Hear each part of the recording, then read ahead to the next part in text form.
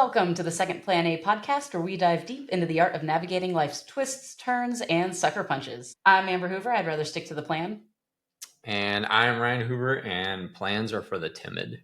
Interesting. So today, all of them? Even the second Plan A? Well, today, regardless, we are moving to our second Plan A. So before we begin, I think the timing of this episode is going to be fantastic, coming at you just after Election Day. I'm sure emotions are high in various ways, and we're excited to maybe help put you in a better spot, a better mindset. Or at least I am. I might be, depending on what we're talking about. I don't know. Let's find out. On this episode, I tried so hard and got so far, but in the end, it doesn't even matter. Hopefully you recognize those as Linkin Park lyrics and not me just being all of a sudden very nihilistic. Because today we're battling helplessness, failure, and negative self-talk so that in the end, we can overcome them. Are you ready? We'll see. Are you singing the Linkin Park song in your head? Yes. Yep. That was exactly as planned. When I outlined season 1 months ago, when we first started this whole endeavor, this is not what I had planned for episode 11. As you know, I like to stick to the plan, so this was a little bit difficult for me, but I made this shift because of something that came up in my research for episode 10 on filtering your feed.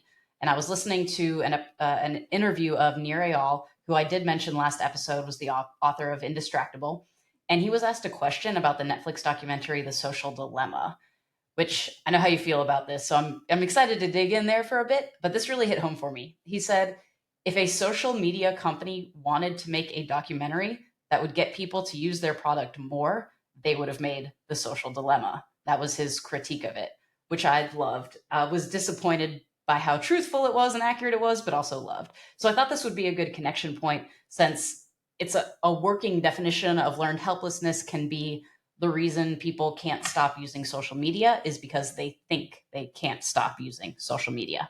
So that's what I wanted to use as a jumping in point for this topic. Okay. Yeah, learned helplessness is, I think, obviously you always, maybe, I don't know about always, but this is a thing.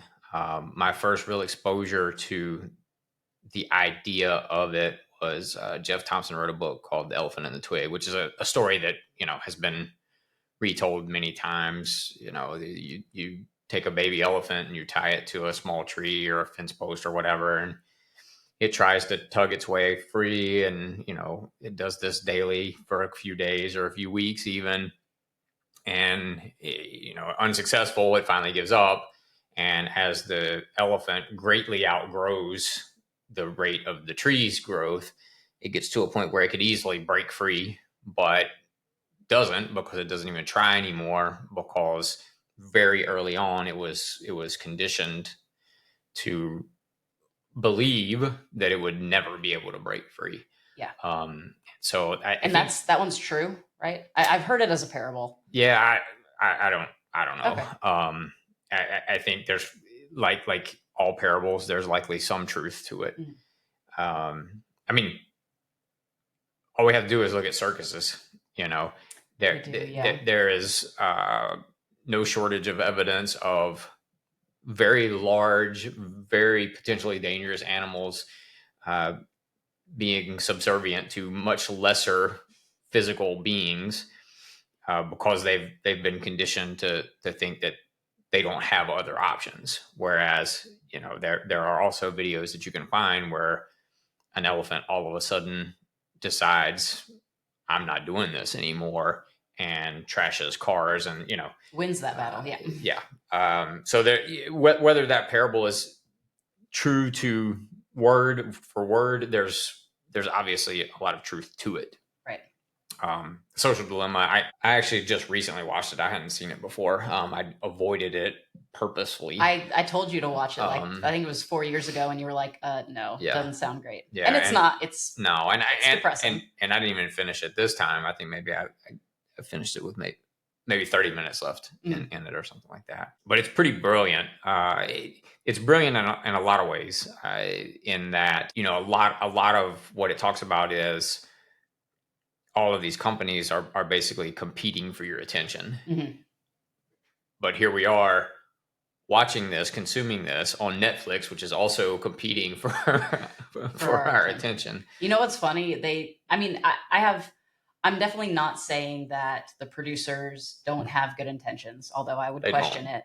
But I'll say it. There's a whole movement around the social dilemma, and I dove into the website, and they have like take action steps and those sort of things. And guess what? A lot of those rely on going to social media, hashtag the social dilemma, and having conversations. Well, I mean, the problem is now, because I thought about this while I was watching it.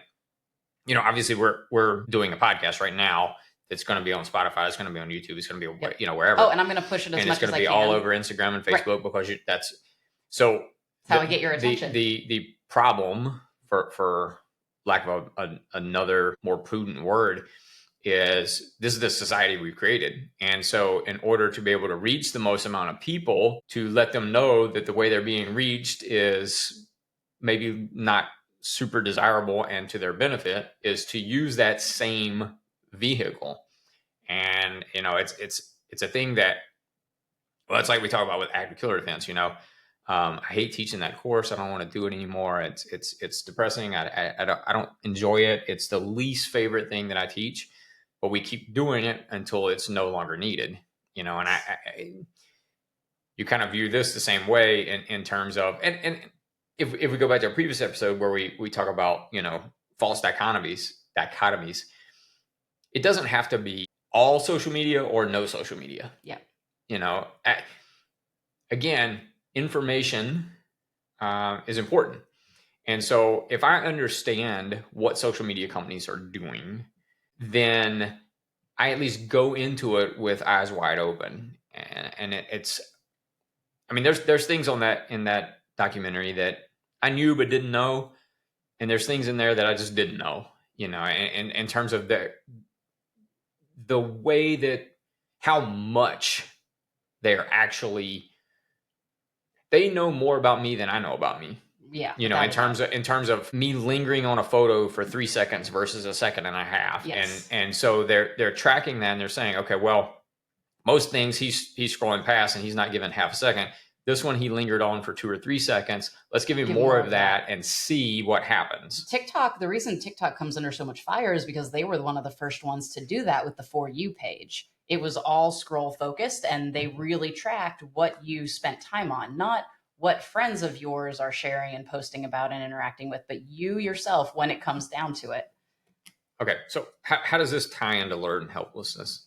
So I'm going to ask you a question. Yeah. Wow. Okay. Look, I'm glad you asked, because I was going to say it anyway. Okay, perfect. Learned helplessness occurs when individuals believe they're incapable of changing their circumstances, usually after repeatedly trying, and it typically is connected to some sort of stressful event, which makes the social media issue something interesting, because you wouldn't necessarily say you're sitting on your phone scrolling Instagram and that's a stressful event and you just can't stop. But the impacts it has across your life are that stressful event, and you just can't, you know, even though, you know, your spouse is staring you in the face with a packed suitcase saying, I'm walking out this door if you don't put your phone down. Right. Maybe an extreme example, but maybe not. It could be out there. And actually, no, we saw it in the Love is Blind episode. I'll leave that.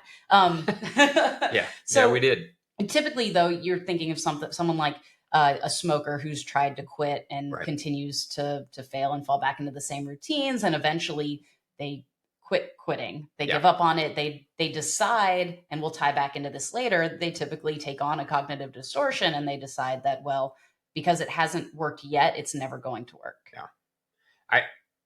I think this topic is pretty timely. You started talking about the election, you know, and I think from a very early age, we are conditioned to believe, and there's a when it comes to power, when it comes to control, there's a reason to when you're a person in power, an entity in power, you want people to think that they can't do certain things without you. Mm-hmm. And so when it comes to elections, you've been conditioned to think, well, if this party is in power, I'm screwed. Yeah. If this party is in power, it's going to be the best thing in the world for me. Yeah. This is the most important election of all time, by the way. Yes, just like every other one in my lifetime. Yes, correct. But here's the reality. Neither of those things is true. Yeah. I'm 50, and I've seen, Republican presidents. I've seen Democrat presidents. I've seen recessions. I've seen, upturns and downturns, and I've seen wars and whatever. And no party has a monopoly on those things. What I've also seen is that my personal day-to-day 3-foot circle circumstances rarely change based on who was sitting in the White House at that time. Yeah. If I look back 5 years ago and think about my life and things that were great or worse or whatever it might be, at no point am I going to tie it back to the person who's the frontliner for whatever's going on. Yeah. Well, again, and I don't want to keep referencing previous episodes, but it's giving control, it's giving power to someone else, something else. In some ways, it's again absolving me of responsibility, but in other ways, it's it's making me believe that I don't have realistic choices. And if we stay political for a minute, there's I think a large percentage of the population that doesn't vote. Well, why don't they vote? Is it because they've been conditioned to think, well, my vote doesn't really matter, my vote doesn't really count? And I think probably there's some socioeconomic things there. There's probably some racial things there. Probably if you've been relatively disenfranchised over generations, you are led to believe that your vote doesn't really matter. It doesn't really count. And so, but there's power in that for the person that is benefiting from it. If I can get a certain percentage of the population to think that they are helpless, that no matter how they vote, when they vote, whatever, it's not going to change things, then that works for the person in control or seeking control. And so, I think it's super timely in terms of the election, because by the time this airs, half the country is going to be, I hope, because I hope we're not Wednesday morning still trying to figure out that's true who's what. But half the country is going to be ecstatic, and half the country is going to think it's the end of the world, and neither of them are going to be accurate. No, because everybody's still going to get up and go to work that day or take their kids to school or whatever, and look, I'm not saying they don't matter. I'm saying we give a lot more credence to it, a lot more power to it than it probably deserves. We give so much power to the face of the person saying the things, when in reality, it's the topics that you need to vote on. Yes. And that's really hard to separate and isolate as well. And it calls back to our logical fallacies episode. It's really hard to separate the person from the argument. If a political leader that you don't agree with says something that you do agree with, or that you tend to not agree with, says something that you do agree with, it's really hard to say, oh, I agree with them on that point, because you are so focused on the person. It's interesting that you talked about the majority of the population not voting on the forefront with this learned helplessness, feeling like their vote doesn't matter. In my mind, and again, everybody's different, of course, there's a lot of optimism on the front end, and we will talk about learned optimism, so keep listening, where like a lot of the narrative is your vote counts, and there's a type of excitement building up to the election and voting and the stickers and the pen, all that kind of stuff that comes with it. And I feel like polls close, votes come in, tallies come in, and especially if there's some kind of thing where the person wins the majority but not the electoral college, and all these different things that can happen, or your state swings, which is the system, of course, and the state swings the same color it always does, whatever, you do kind of hit this point where that's when your learned helplessness gets confirmed. You wanted to vote, you felt like your vote counted, then at the end you look at the results and you're like, I don't even know why I bother. And maybe that's 50% of the country. I've been lucky enough to be in states and have opinions where I did feel like my vote counted, even if it didn't change colors or whatever it was. But I can't imagine being somewhere where you know how the vote's going to end, you Yeah. know, and then having to make that choice. Do I vote and I don't feel like it matters because my state's going the same way it always does, or do I vote and at least I got to speak my piece in a Right. way, Right. even though I know what's going to happen? Or you could move. Or move and go help a different state change. Okay, everybody. I think so. This is a topic that I actually have a pretty good interest in, and I think learned helplessness probably is a result of not us necessarily being tied to a twig, but Mhm. it's exposure to extended periods of negativity in some way, Yes. right? And It's a lot of ways we tie ourselves to that twig too. We yeah, stay around those people or whatever it right. But it is. didn't start that way. So some we were exposed to it Yeah. in some way. Well, if you look at another kind of hot topic right now is the Menendez brothers. Yeah. Will you give us a quick summary of sorts about the Menendez brothers story? From what I recall, essentially, and I don't remember the dad's name, but he was pretty successful in I think music industry. He had become a pretty big time executive. Had done some work with. I think he was instrumental in signing Menudo, and he was kind of a big deal. And so made a lot of money. They were super successful, big house, nice cars. One of the brothers was a pretty good tennis player, but it was like nothing he did was ever good enough, Yeah. and they would be berated publicly, in front of everybody at a tennis match, for example. Mm. And the other brother, I think it was the other brother, was forced to wear a toupee by his dad, and his brother didn't even know he wore it. It Oh was wow. it was like, and so the dad did everything to control every aspect of their lives. And depending on what version of the story you believe, at one point, the brothers were just like, we can't do this anymore, and they went and bought shotguns and showed up at the house one day and shot mom and dad to death. And they ended up being convicted of murder, and I don't know if I think they got life terms. That's been about 30 years ago, and there's a pretty big push now to revisit that case, or at Right. least the sentencing side of it. And so the narrative now is very different than it was 30 years ago. The narrative 30 years ago was, well, they were adults. Why didn't they just leave? Why didn't they just get away from their parents? Why didn't they just this, that, or the other? And if we're going to ascribe a why, it would be that, well, over their 25 years of existence or whatever it was, I don't remember how old they were, but they were early to mid 20s, I'm pretty sure.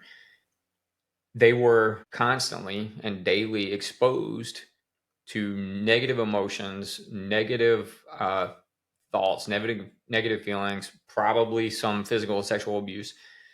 And so over that amount of time, they had developed learned helplessness. They didn't think they could just leave. They didn't believe they could just leave. They believed that and I could get this wrong, and I'm sure there's an order these are supposed to be in, but I don't remember. But there's 3 P's of learned helplessness. You have it? Sure Okay, do. well then I won't say it, because then that way I won't mess it up. But this idea of permanence, I think, where it's like, no matter, it's not going to change. Yeah. Right. Yeah. No matter what Yes. I do is going to change it. It's negative things will last forever. You'll never overcome them. Your partner breaks up with you and you're never going to be loved. You'll never find someone. You'll be alone forever. Yeah. So when you're talking about parents, for example, and again, look, the Menendez brothers could be psychopaths. I don't know. I just know that this is a hot topic right now. So Was it Netflix again? The documentary that came out. Yeah. I was surprised to watch that because I thought I knew that story, and I did, but I hadn't heard it with more of the psychology to what they experienced. Yeah. So in their case, if we're making a case or we're making an argument, it is, as long as these individuals exist, we can never be free. And that's the permanence of it, Yeah. you know, and probably up into when they were in their early to mid 20s, there was personalization. Is that? Yep. So I am sure they had been conditioned to think that whatever their circumstance was their fault. You know, Yes. they are to blame for it. And so at some point, I think they probably got to a place where they thought, well, the only thing we can do is eliminate these people. Right. That's the only way to solve this problem. And I don't remember what the third P was. Pervasiveness. Okay, so it affects every aspect of our lives. Yep. Right. When it's your parents, and I think especially in this circumstance where, you know, mom seemed to know what was going on, but not only ignored it, kind of like shamed or demeaned anybody that would mention it to her, and dad was incredibly controlling, and this was in all aspects of his life. They had no reason to believe that it wasn't going to affect everything that they were or did. Right. It's going to affect their personal lives, their ability to get a job, obviously their familial relationship. It's every part. It's so disappointing how uncommon this narrative is, because we see it in a lot of true crime type documentaries where someone gets pushed to a point where they feel like the only way out is to end somebody's existence so they can get free of them. Yes. And, you know, otherwise, probably normal people. I mean, you've got your sociopaths out there. You've got, you're not supposed to say sociopath anymore. I can't remember the actual term, but we won't get say canceled. whatever I want. Cool, solid. You have people out there who are, you know, clinically messed up. I hate to say from the beginning, but predisposed to it, let's say. And then something more along the lines of like schizophrenia, which is more in a genetic base versus developed over time by, you know, somebody creating that. So to imagine someone get pushed to the point where this seems like the only exit, and it seems logical enough that they take that route. Yeah. Well, and you know, we're kind of focusing on some extreme examples. I think the much more prevalent, pervasive examples are everybody in their day-to-day lives has at least one Eeyore. You know, one person, probably more than, but everything is doom and gloom. It doesn't, you know, the world is against me. It doesn't matter what I do. It's every time you ask them how things are going, they tell you the negatives, the downsides, everything bad that's happened in the past week. Right. And you know, over time, they've developed this persona based on probably now. I don't want to generalize too much because there are extreme examples out there. Yes. But allowing a handful of negative interactions, negative emotions, whatever, to dictate how I'm going to exist from now into eternity, you know. And I think on the side of somebody that is being exposed to people like that, it can be draining. It can be, you know, and you don't want to turn on people, but also like, just like I want to limit my exposure to negative media, I want to limit my exposure to negative people. You know, that I thought about this a second ago. The Gadsden flag, "Don't tread on me." Yeah, I think there needs to be a "Don't dread on me." Like, I think the kids call it positive vibes only. Yeah, well, I don't know, but the people that are constantly just bringing you down with this negative narrative, I think you have to limit your exposure to those folks.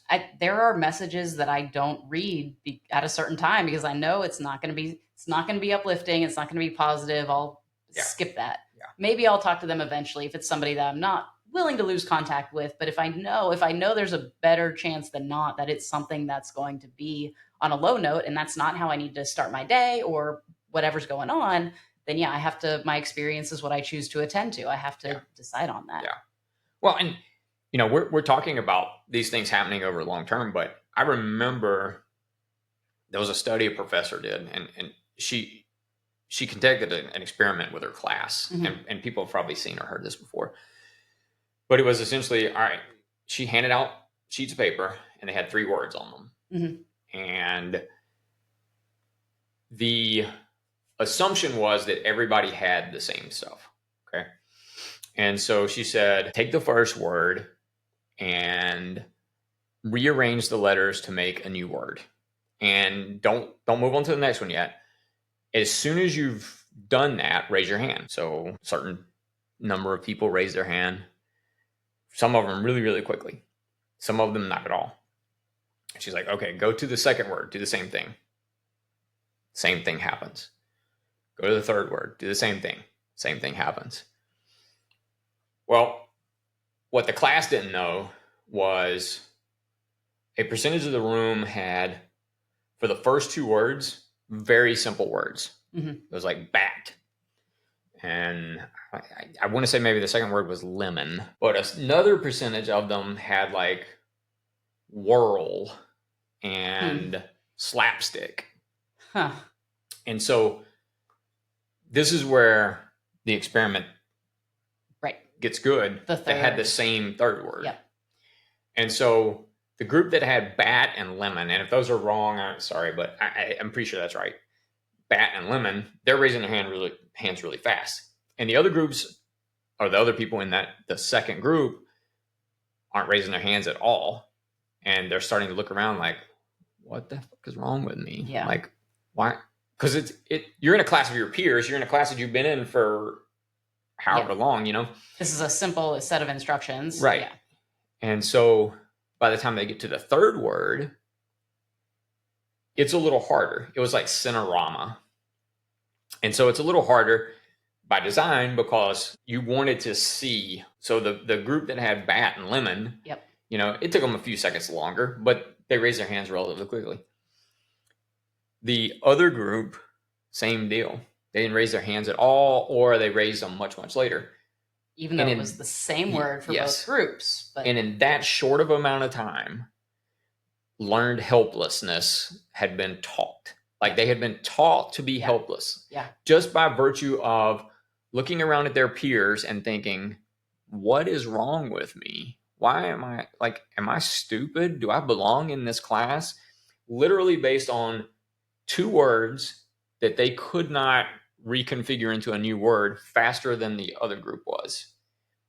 Making the assumption again that they had the same words. Right. And that's super interesting to me because generally speaking, we think of learned helplessness happening over weeks, months, years, decades, whatever. But that experiment demonstrated that it could literally happen within minutes.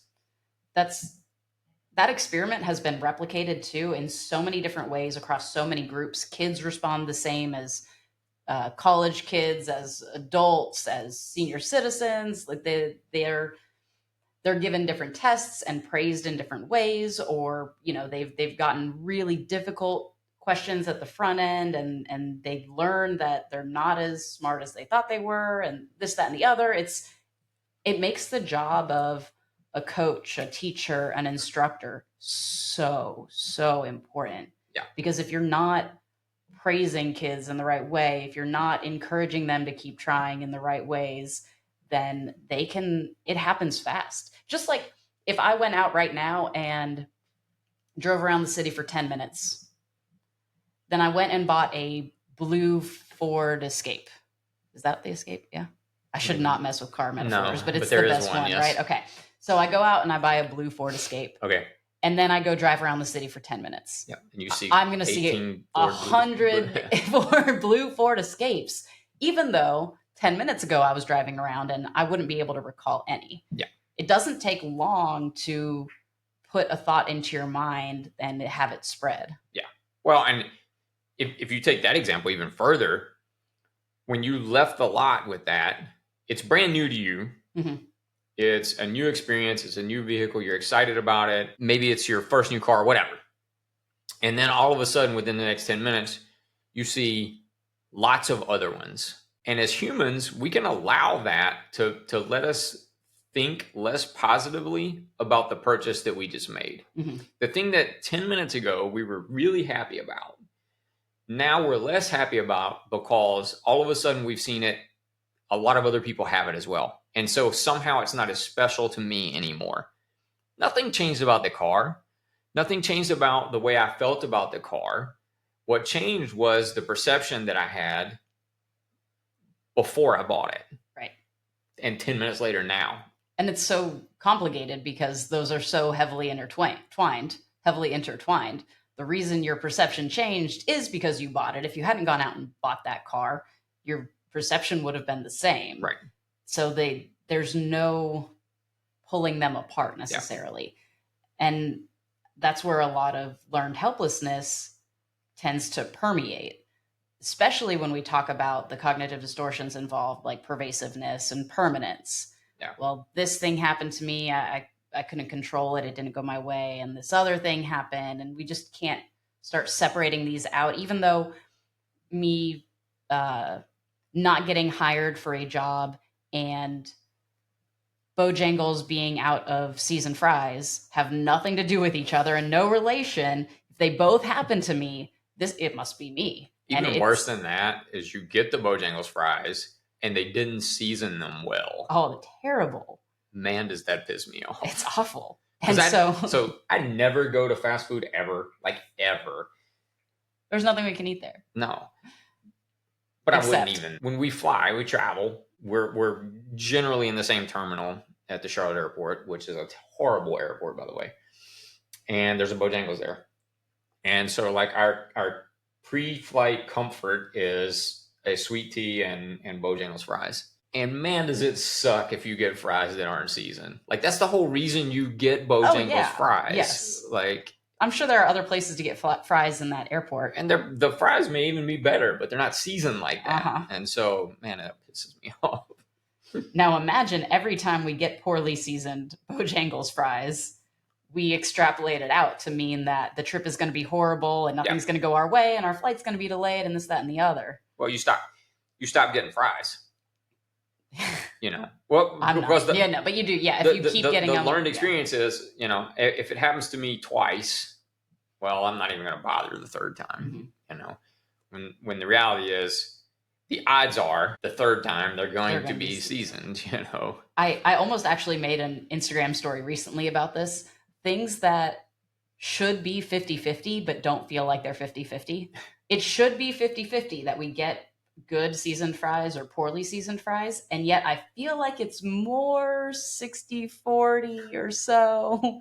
I thought of this because I was putting a pillowcase on a pillow and I swear I always end up with the tags out and I don't pay attention and it should be 50-50, but I swear 100% of the time I put a pillowcase on a pillow without thinking about it. The tags are out. This bothers only me, not you. But does it happen because you're not thinking about it? Or does it happen because subconsciously you are thinking about it and the negative experience of not putting the tag side in first has drawn your attention to it in a way that it subconsciously forces you to do the thing that you don't want? I feel like for the sake of the podcast, I'm supposed to go to the latter and look at how our attraction to negative experiences brings on more negative experiences. But I think I really just grab the side closest to me and throw the pillowcase on it. So the side closest to you is more regularly the tagged side? The untagged side. I don't know. They get thrown around and different things. I would just take the tags off if it was me, but you know, you do you. We'll call that for the next one. See, that's you finding solutions, and that takes the learned helplessness completely out of it. Right. Because learned helplessness thinks, well, there is no solution. Right. And if there is, I don't have it and I can't do it, you know. Right. If I'm the elephant in the twig, listen, I tried for the first 3 weeks of my life to break free of that thing. And it never happened. So there's nothing I can do that's going to get me free of this twig.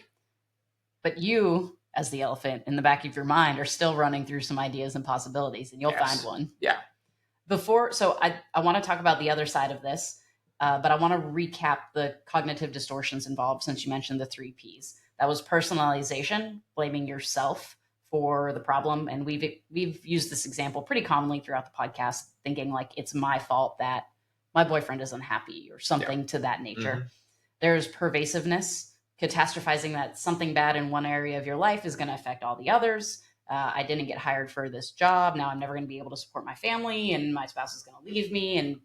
And the crazy thing about that one is it's self-fulfilling. Yeah. Because as soon as I believe that this thing is going to affect all these other things, guess what? It's going to. Because I have already written it down. It's your expectation. I have already created this expectation that because this tea is not sweetened properly, that the rest of my day is going to suck. Has not like this. You're only going to gravitate towards that. You're going to pay attention to the things that suck, just like the Ford Escape. Yeah. Yes, I'm only going to notice the things that frustrate me, aggravate me, make me sad, whatever. I become, because this tea does not have the proper amount of honey in it, I become Eeyore. You know? Yeah. Because every interaction I have with somebody now, I'm going to focus on the things that are negative about the interaction, or the things that were negative leading up to the interaction. And now my interaction becomes negative because I'm negative. And when I ask you how your day is, you're like, my tea isn't sweetened properly. And I'm like, oh, okay, this is the day it is. Yeah. And then the last one, permanence. Negative things will last forever and you'll never overcome them. I feel like this is a good one to start leading into the other side, because these comes with words like always and never. Well, I'm never going to be loved. Yeah, I know you enjoy those. I'm never going to be loved, or I'm always going to be alone, or no one's ever going to hire me. Those types of thought processes. Yeah. And not to make any of this easy, but when we are trying to battle our own learned helplessness, it's really hard to be introspective. One way is to use an outside resource, another person, to point these things out. But if you're thinking about terms that flag your attention, always and never are great ones. Well, and I think what you just said there was important, because and maybe I'm wrong, but I feel like in the past couple of decades, maybe, we've become much more individualistic as a society. Mm-hmm. And so if I already have these sorts of tendencies, and I'm already more insular, and I don't have a community to kind of rely on or to pull me out of that, then it just kind of perpetuates on itself. And you know, I don't want to keep referencing Eeyore, but if you look at Eeyore, every little interaction he had was negative, even though he had some pretty positive influences around him, but he would pull himself away from that. You know, when you don't, and again, community can be a negative, right? But it doesn't have to be either or. I think community is important. I think having people around you that will check you on your shit, people around you that will remind you of the good things going on in your life, because it's very easy to forget, and it's very easy to overlook. Negative experiences, pain, discomfort, whatever, they hold a very strong and fervent place in our heads, in our psyches. And if you have one negative interaction with a person or a company or whatever, no matter how many positive ones you've had, it is very easy to let that one negative interaction affect how you feel about that person or that company forever. Having community to remind you, listen, I know you don't like what they did or what they said or whatever, but I just want you to remember they've been there for you this time and this time and this time and this time and this time. And, you know, maybe they were just having a bad day, or maybe they just didn't see it the way you saw it this time because of this, that, or the other.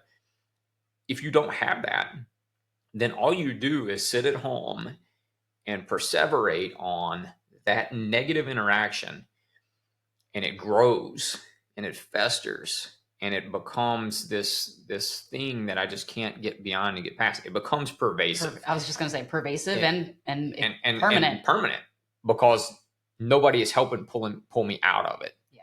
And when you're in it, it's very hard to see things sometimes. It's like the number of times that I'll be training somebody and I'll say, look, if you can video yourself on your own or watch in a mirror or whatever, you're going to see things that you're doing that you don't realize you're doing. And that's a very simplistic way of looking at it.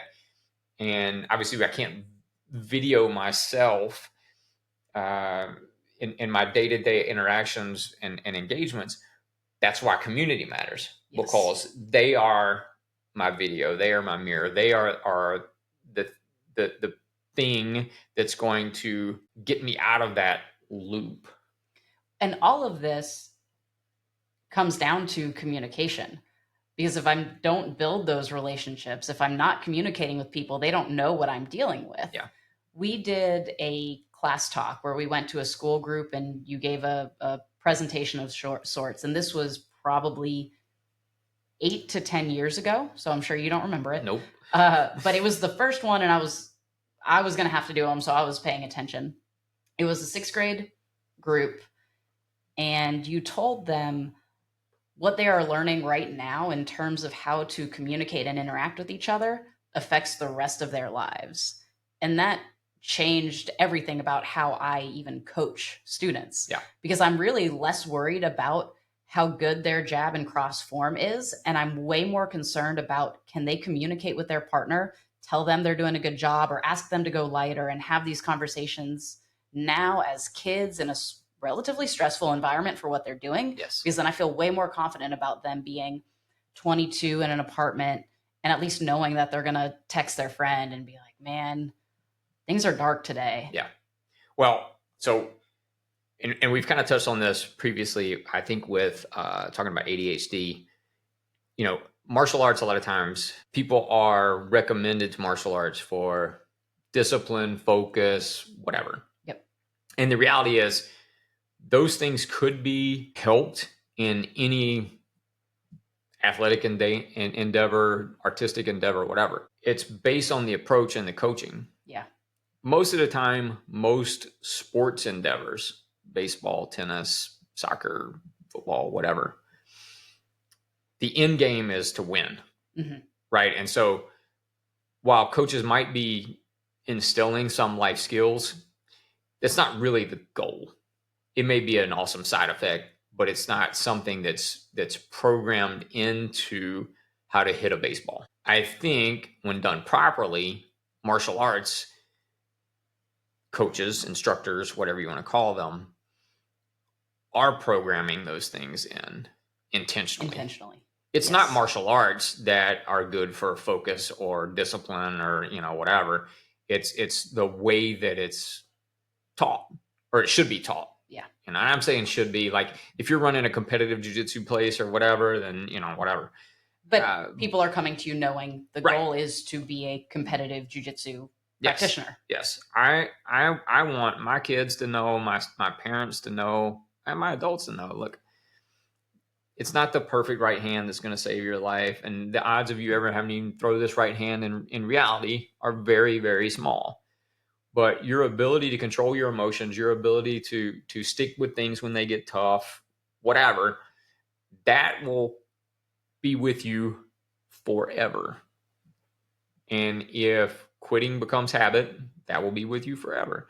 If going insular becomes habit, that will be with you forever. If you cannot, right now, the simplest thing in the world is, if I'm training with somebody and they're going a little bit too hard, just to say, hey man, back off just a little bit for me. Simple does not mean easy. Mm-hmm. And so if on the student or the kid side, I can get them doing that at 8 years old, then it'll at 18, be so much easier at 18. At 20, at 30, it will be so much easier. Because it all comes back to emotions too. I'm thinking, okay, I'd like them to go lighter. But then I'm thinking, well, if I tell them that, are they going to be upset? Or are they going to think that I'm less than? Does this make me weak? And then I attach feelings to those feelings, and feelings to those feelings, and that snowball effect. Yeah. And again, that's a form of learned helplessness, because now I've decided the personalization side. Yeah, it's my fault. I can't do anything about it, because if I do this, but the reality is that's all in my head. If I say to you, hey man, let's go a little lighter, odds are that other person is totally cool with it. If the right environment has been cultivated. Right. And if they're not, okay, that has nothing to do with me. That's their problem. That's their issue. And that's a precedence that I want to set very early on, because when you're 25 or 30 and you're having to have a hard conversation with a coworker or an employer or a spouse, you want to be able to have that conversation and say the things that you need to say without fear of, or not being willing to do it regardless of what their response might be. Yeah, because you can't control that. No. And it comes back to a cognitive distortion if I'm trying to predict what it's going to be. Yeah. And that's not fair to the other person either. I should give you a chance to respond, react, whatever, rather than me just assume and get myself in trouble here that you're going to respond poorly. And if I already have that in my head, then that will affect the way that I present. I was just going to say that. Yeah. The information to you. If I'm already in my head, if I'm already thinking she's going to lose her shit, then the way that I say things is going to be different than if I went into it just thinking, I don't know how she's going to respond to this, but I need for her to understand why I feel this way or why I think this or whatever. And obviously I can't come into it with no bias. Sure. But I can come into it without all of automatically ascribing a response. That's interesting, because we almost become our own news channel, which we harped on earlier, because they're not presenting facts, they're creating a narrative. Yeah. And we run the risk of trying to create a narrative around the facts because we're trying to monitor your reactions, your emotions to it. And that's where we end up missing a lot of things. And then you get into this miscommunication. Well, I'm going into it prepared for an argument instead of prepared for a conversation. Yeah. That's different. Yeah. So my mindset is I have ramped up for an argument. Yes. Yeah. That's very different than I have prepared for a conversation that is going to be important, and the earlier I can learn that, the better. Because again, the flip side of that is going to be this learned helplessness, where I have determined that doesn't matter what I say, doesn't matter what I do, it's not going to change anything. So guess what? I don't say anything. I don't do anything. I'm the elephant in the twig. We're right back around to, it's not the plan, it's the planning. I'm going to have this conversation. It could go a few different ways, and I'm going to respond as needed, rather than going in with this plan, this idea that I'm going to say this, they're going to get upset, we're going to be in a fight and an argument, and then I create that end game. I mean, look at it from the other way. I go into a conversation thinking, man, this is awesome. They're going to love this. I can't wait to tell them. And then their response is lesser than. Yeah. It doesn't even have to be super negative. It's just not as exuberant as I expected. And now I'm pissed because you're not as excited about it as I am. A little bit of role reversal here. That's usually my game. But you're right. It's, if we call it back to self-defense, if I'm going to try to de-escalate a situation, I can't walk up to them with my fists balled up and my hands high and in a staggered stance and be like, hey, everything's fine. Yeah. Because clearly I am preparing for a fight. They're not going to read everything's fine in my body language, even if those are the words coming out. It's the aliens in Mars Attacks. They're walking down the street and they're going, "Do not run, we are your friends," while they're shooting everybody. If you have not seen that movie, stop everything. Don't even listen to the rest of this podcast. Go watch that movie and then come back. It's fantastically awful. Yeah. Horribly amazing. Sure. You'll love every second. Yeah. Okay. That's where we're going to end this first part of Unchaining Your Mind, the fight against learned helplessness. There is a part 2 coming next week, where we are going to really unchain your mind and look at the other side of this, which is, drumroll please. Yeah, I wasn't expecting it. Learned optimism. So check back with us next week. For now, that's our look at Unchaining Your Mind, the fight against learned helplessness. If you enjoyed this discussion, please leave us 5 stars, follow, share, subscribe with the bell icon on Spotify, subscribe on YouTube, join the conversation on social media. If you did not enjoy this podcast, keep it to yourself, go on with your life as usual, go buy your Blued Ford Escape. I don't know, whatever it is you do when you don't enjoy podcasts.